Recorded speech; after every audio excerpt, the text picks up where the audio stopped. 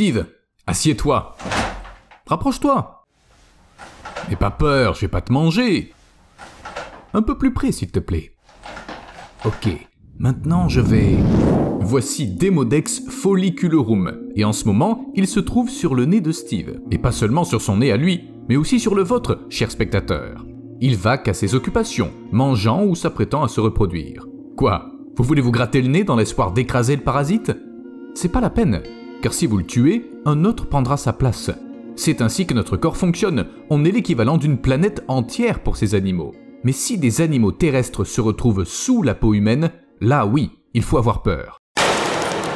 Aujourd'hui, vous apprendrez pourquoi des araignées pénètrent dans le corps humain, pourquoi des millions d'arthropodes vivent sur notre peau, quelles minuscules créatures vivent dans l'air, qui essaie de nous contacter depuis l'espace, comment Smith, non un autre Smith, a fabriqué une combinaison spatiale pour atteindre les étoiles et bien plus encore. C'est parti! Pour être honnête, j'aime pas beaucoup les créatures rampantes. C'est pas que j'ai peur d'elles, c'est juste que je les aime pas. Mais après avoir lu cette histoire, je suis presque devenu phobique. Pourquoi? Vous allez voir. Dylan Thomas, un Australien, profitait de ses vacances à Bali lorsqu'il a découvert un matin une étrange marque rouge sur son ventre. La marque s'allongeait avec les jours et on aurait dit que quelqu'un avait éraflé notre homme avec la pointe d'un couteau. Thomas est allé à l'hôpital, mais on lui a dit que c'était une piqûre d'insecte et qu'on ne pouvait pas faire grand-chose de plus. Plus tard, il s'est avéré que c'était pas une piqûre, mais une araignée tropicale entière. Je veux dire, une araignée qui se trouvait sous sa peau.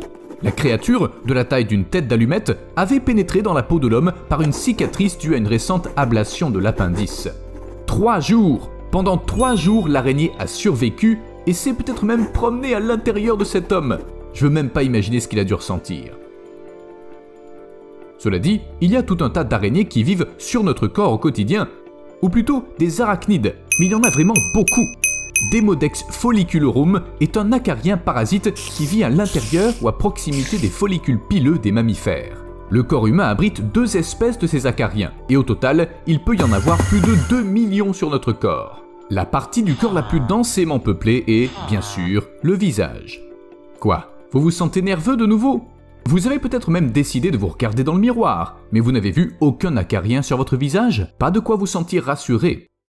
Selon les statistiques, 99,9% de la population humaine mondiale en est porteuse.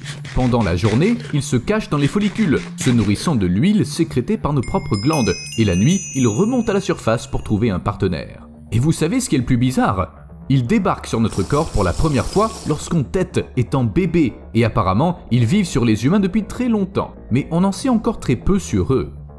C'est comme n'avoir aucune idée de ce que sont les oreilles. La bonne nouvelle, c'est que la plupart de ces acariens sont probablement inoffensifs. Le pire qu'ils puissent faire est d'intensifier l'acné. Le fait est que ces minuscules acariens sur notre peau ne sont pas les seuls êtres vivants qu'on transporte avec nous tous les jours. Il y a quelqu'un d'autre de très petit juste à côté de vous. Vous le voyez pas? Je parle du plancton aérien. Ces minuscules créatures flottent et dérivent dans l'air, portées par le vent, et elles sont si petites qu'elles peuvent être difficiles à identifier. En gros, on observe quelque chose à travers un microscope et on réalise que ça ressemble à un être vivant. Mais qu'est-ce que c'est? Aucune idée. Le plancton aérien se compose essentiellement de divers types de bactéries, de champignons, de mousses et d'autres minuscules organismes. Pour obtenir des informations plus précises, les scientifiques collectent le plancton aérien à l'aide de pièges et de filets placés sur des avions, des ballons et même des cerfs-volants. D'un côté, ça semble aller de soi, l'air est plein de toutes sortes de micro-organismes. Mais quand j'ai réalisé qu'on marche littéralement dans un bain de petits êtres vivants... Et que pensez-vous de ceci? Ces minuscules créatures pourraient provenir d'une autre planète. Je sais, ça a l'air d'être une absurdité pseudo-scientifique, mais seulement jusqu'à ce qu'on se penche sur une étude qui a eu lieu. Des scientifiques de l'université d'Édimbourg ont calculé que les flux de poussière interplanétaires peuvent se déplacer à des vitesses allant jusqu'à 70 km par seconde.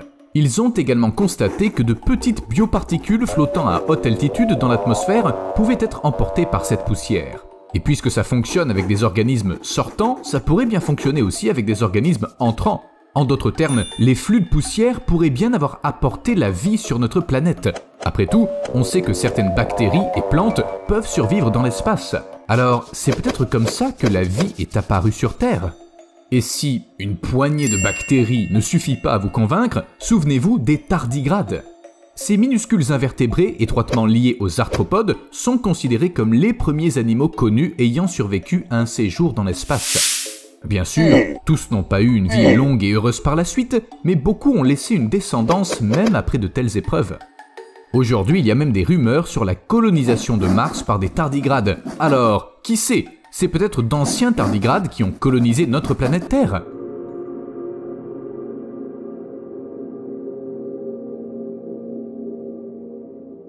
En fin de compte, beaucoup de trucs bizarres viennent de l'espace. La Terre a même capté une fois un étrange signal radio qui a été surnommé le signal WOW. Il a été détecté le 15 août 1977. Les scientifiques étaient à la recherche de civilisations extraterrestres et ils ont soudainement détecté quelque chose de très similaire à un bruit extraterrestre intelligent. Ou plutôt, les scientifiques avaient prédit certains paramètres attendus d'un signal qui proviendrait d'une civilisation extraterrestre et le signal WOW y correspondait parfaitement. Je vais pas vous ennuyer avec les détails, car c'est assez confus. Je peux seulement dire que la communauté scientifique s'est mise à douter de la nature du signal, soupçonnant toutes sortes d'interférences d'origine humaine. En bref, l'espoir de contacter des extraterrestres s'est évanoui. Mais ça ne nous a pas empêchés d'envoyer une réponse aux extraterrestres. En effet, pourquoi ne pas entamer un dialogue si on n'a aucune idée de ce qu'on vient de nous dire et qu'on n'est même pas sûr qu'on nous ait bien dit quelque chose ? En 2012, l'observatoire d'Arecibo a envoyé dans l'espace un flux numérique composé de 10 000 messages d'internautes. Enfin, je sais pas quels étaient ces messages, mais j'espère que les extraterrestres ne s'offusquent pas facilement. Mais si vous pensez que c'est bizarre, alors vous n'avez probablement pas entendu la déclaration d'un homme nommé Edward Makuka Nkolozo. Il dirigeait l'Académie nationale des sciences de Zambie et était prêt à envoyer une mission spatiale sur Mars. Je cite: « Nous avons étudié la planète à travers le télescope de notre quartier général secret et nous sommes maintenant certains que Mars est peuplé d'indigènes primitifs. Notre équipage est prêt pour le voyage dans l'espace. » Oui, Nkolozo a vu les habitants de Mars dans un télescope dans un quartier général secret, dans les années 60. En fait, c'était une époque unique. La course à l'espace entre l'URSS et les États-Unis avait atteint son apogée, et la Zambie avait décidé d'intervenir. Alors que les deux superpuissances tentaient chacune d'atteindre la Lune en premier, Nkolozo alla plus loin et déclara qu'il pouvait envoyer des gens non seulement sur la Lune, mais aussi sur Mars. Une jeune fille de 17 ans, 12 missionnaires et 2 chats devaient s'envoler vers la planète rouge. Je sais pas du tout comment ils avaient décidé de constituer l'équipage. Au cours de leur entraînement, les futurs astronautes, ou plutôt comme les appelait Nkolozo, les afronautes, dévalaient une pente dans un grand baril et utilisaient une balançoire pour simuler la pesanteur. Nkolozo disposait aussi d'un vaisseau spatial. La fusée, appelée Dekalu-1, était un vaisseau de 3 x 2 mètres en forme de tambour, en aluminium et en cuivre. On dit que pour soutenir son programme spatial, Nkolozo avait demandé de l'argent à l'UNESCO et à des investisseurs privés, mais hélas, sans succès. Le programme fut annulé. Après de telles histoires, on commence à se dire que pour créer quelque chose en rapport avec l'industrie spatiale, il faut travailler pour la NASA ou quelque chose comme ça, sinon ça ne peut pas marcher. L'espace n'est pas un lieu pour les amateurs, mais c'est une idée fausse. Voici Cameron Smith, professeur d'anthropologie à l'Université d'État de Portland, qui a conçu sa propre combinaison spatiale. Smith a travaillé sur ce projet pendant plus de 10 ans. Il a commencé à s'intéresser à l'espace à l'âge de 8 ans en voyant une vidéo sur l'alunissage. Son objectif principal est désormais de monter à 18 000 mètres d'altitude dans une montgolfière. Bien qu'il n'ait réussi à atteindre que 3 000 mètres jusqu'à présent, rien ne l'arrêtera. Qu'est-ce qui peut bien arrêter une personne qui poursuit obstinément son rêve depuis tant d'années ? On entendra certainement parler davantage de Cameron Smith, peut-être dans un avenir très proche. En attendant, je veux que vous entendiez bien ce que je vais vous dire maintenant. Écoutez ça, l'urine d'aujourd'hui et le café de demain. Hot. But coffee. Oui, ça semble pour le moins dégoûtant, mais c'est la vérité. Quand on est à bord de l'ISS, l'eau est rare. C'est là que le système de filtration vient à la rescousse. L'urine des humains et des animaux à bord de la station, ainsi que le condensat de l'haleine et de la sueur de l'équipage sont recyclés. Selon les astronautes, l'eau ainsi récupérée est plus pure que celle que les gens boivent sur Terre. Elle a le même goût que de l'eau en bouteille ordinaire, mais... Vous pourriez boire votre café du matin si vous saviez qu'il provient de la sueur ou de l'urine de votre collègue ? Si vous me posez la question, je n'en suis pas sûr du tout. Quoique, quand on y pense, c'est exactement ce qui se passe dans Dune. Si vous n'avez pas vu le film ou lu le livre, je vais vous expliquer. Les distilles, des sortes de combinaisons spatiales que portent les personnages, sont des vêtements indispensables sur la planète Arrakis. Ces combinaisons filtrent l'humidité excrétée par le corps, la transformant en eau potable. L'eau est recyclée encore et encore, et personne n'en est dégoûté. Jusqu'à présent, cependant, la technologie de Dune reste de la science-fiction. Aujourd'hui, il faut une énorme quantité d'énergie pour filtrer les fluides produits par notre corps et les transformer en eau. Les mouvements du corps ne sont évidemment pas suffisants. Mais bon, en 1965, Frank Herbert ne pouvait pas imaginer que les technologies qu'il inventait deviendraient choses réelles, du moins partiellement. Tout comme Ridley Scott ne pouvait pas s'attendre à ce que les immenses panneaux publicitaires numériques du film Blade Runner de 1982 passent aussi de la fiction à la réalité. Et pourtant, c'est arrivé. Aujourd'hui, les panneaux d'affichage numérique ne surprennent plus personne, même si l'on y réfléchit, beaucoup de choses semblaient autrefois tout simplement irréalistes, dignes d'un film de science-fiction, pas moins.